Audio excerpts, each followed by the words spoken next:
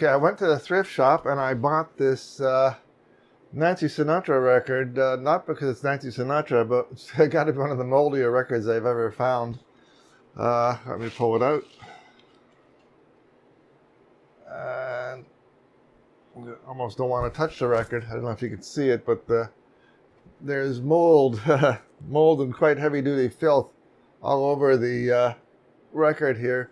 I'll put it under the microscope and show it a little bit better, but I'm going to run it through my cleaning cycle, see just how clean it gets it and how playable it becomes. Give me an idea of just how good the process is. Okay, I went to the thrift store and I bought a quite filthy Nancy Sinatra record. On the screen behind me you can see some of the dirtier spots. It seems to have quite a bit of mold on it. And I'm going to try to run it through my cleaning process and see just how clean I can get the disc.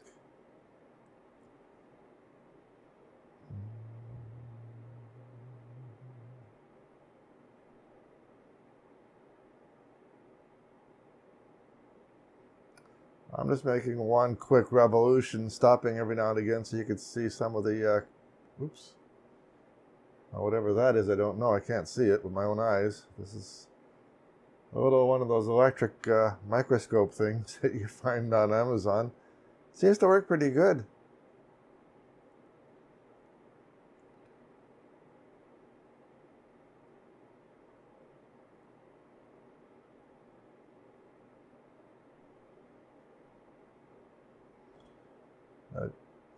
Okay, right now we're stopped over one of the worst parts of mold. So I'm going to run it through my cleaning process and see just how clean I can get this record and how playable it becomes after it's been run through. I don't think I've ever bought one with this bad condition before, so I don't know how much hope to put up for it, but we'll see what comes out.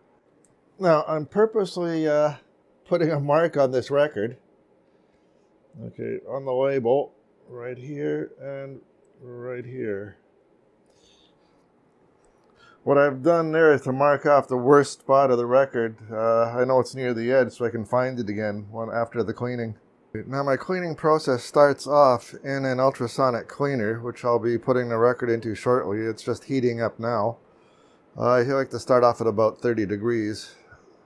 It doesn't seem to bother the records. They do rise up to about 35 by the time it's done. I'm only going to be running the Nancy Sinatra record through on this front. I'm not putting any of my other records in. From the ultrasonic tank, they move over and they get a rinse in the old spin clean. This is what I used to use to clean my records. Now it's just relegated to the task of doing a rinse job on them because you really want to get the cleaning fluid off. And from the spin clean, we do a vacuum dry using the Squeaky Clean vacuum attachment. And then the albums go from there to get new inner and outer sleeves. Okay, let's get this show on the road. I said I'm only going to put the one record in.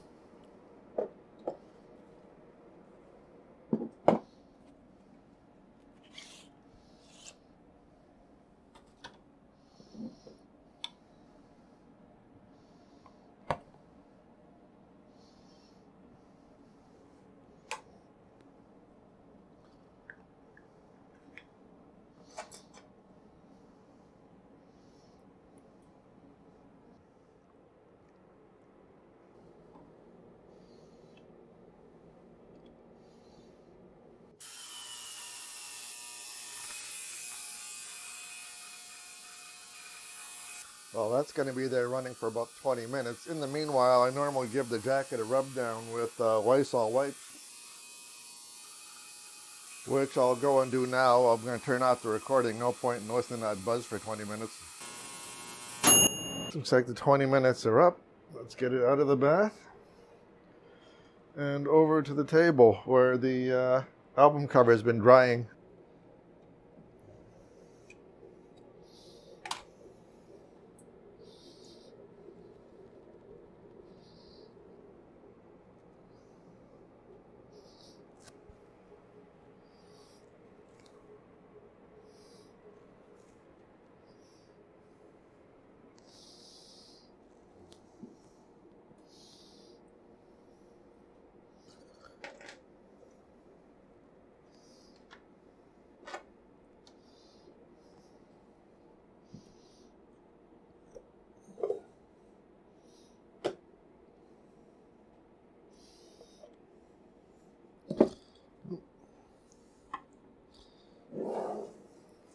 Okay.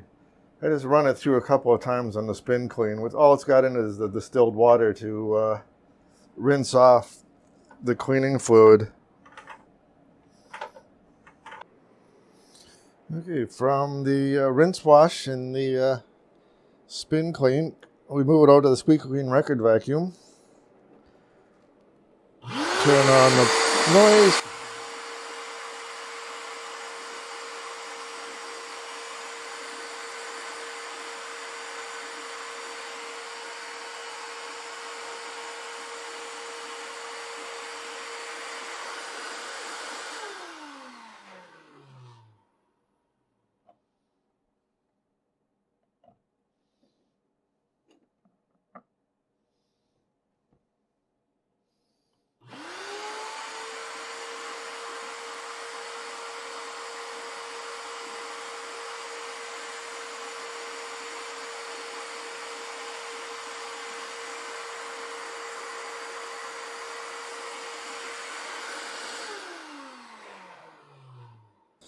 And I'll put it back under the microscope to see what changed.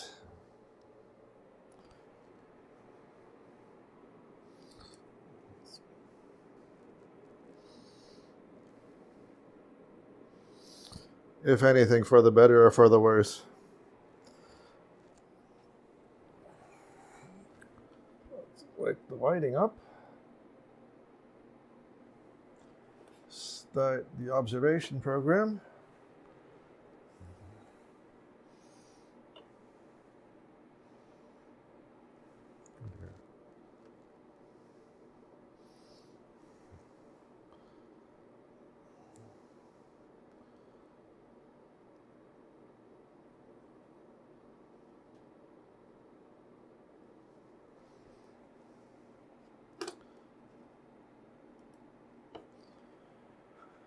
Okay, we're back under the microscope, and I'm rotating it to where my marks were. Okay, this is the location where the all that fungusy stuff was.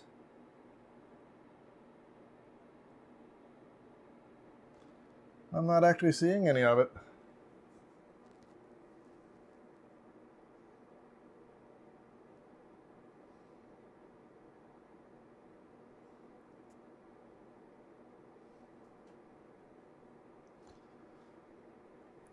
That actually worked pretty good, at least for removing the fungus. I have no idea how it's going to play. I'm going to have to give it a little bit of a play test, which I probably won't show on YouTube because of their stupid copyright policies.